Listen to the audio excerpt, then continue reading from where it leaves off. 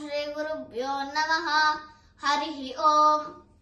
विश्वं दर्पण दृश्यमान नगरी तुल्यं निजान्तर्गतम् पश्यन्नात्मनि मायया वैरिवोद्भूतं यथा निद्रया यत्साक्षात् कुरुते प्रबोधसमये स्वात्मानमेवात्वयम् तस्मै श्रीगुरुमूर्तये नमः। इदं श्रीदक्षिणामूर्तये बीजस्यान्तरिवाङ्कुरो जगदिनं प्राज्ञाद्विकल्पं पुनर्माया कल्पितदेशकालकलन वैचित्र्यचित्रीकृतम् मायावीव विजृम्भयत्यपि महायोगिर्वयस्वेच्छया तस्मै श्रीगुरुमूर्तये नमः। इदं श्रीदक्षिणामूर्तये यस्यैव स्फुरणं सदात्मकमसत्कल्पातकं भासते साक्षात् तत्त्वमसीति वेदवचसा यो बोधयत्याश्रिता यत्साक्षात्करणात् भवेन पुनरावृत्तिर्भवान् भोनिधौ तस्मै श्रीगुरुमूर्तये नमः। इदं श्रीदक्षिणामूर्तये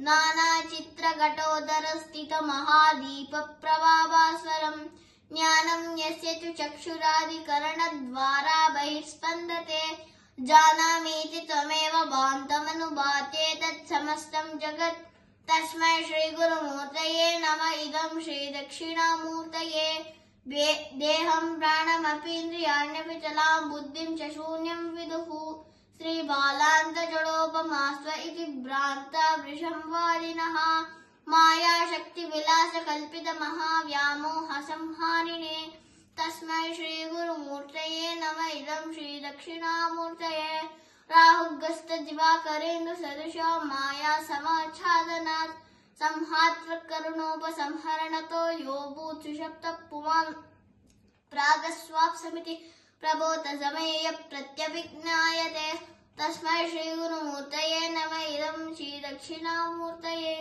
बाल्यादिष्वपि जाग्रदादिषु सता सर्वास्वस्थास्वपि व्यावृत्तास्वनु वर्तमानसनमित्यन्तः स्फुरन्तं सदा स्वात्मानं प्रकटीकरोति भजतां यो मुद्रया भद्रया तस्मै श्रीगुरुमूर्तये नमः। इदं श्रीदक्षिणामूर्तये विश्वं पश्यति कार्यकारणतया स्वस्वामि सम्बन्धतः शिष्याचार्यतया तथैव पुत्रपुत्रादात्मना वेदतः स्वप्ने जागति वा य एष पुरुषो माया परिभ्रामितस्तस्मै श्रीगुरुमूर्तये नमः। इदं श्रीदक्षिणामूर्तये पूरं भास्य ननो निरोम्बरमहद्नादो हिमांशु पुमा इत्याभाति चराचरात्मकमिदं यस्यैव मूर्तिष्ठकम् नान्यात् किञ्चन विद्यते विभूषतामिस्मात् परस्माद्विभो तस्मै श्रीगुरुमूर्तये नमः। इदं श्रीदक्षिणामूर्तये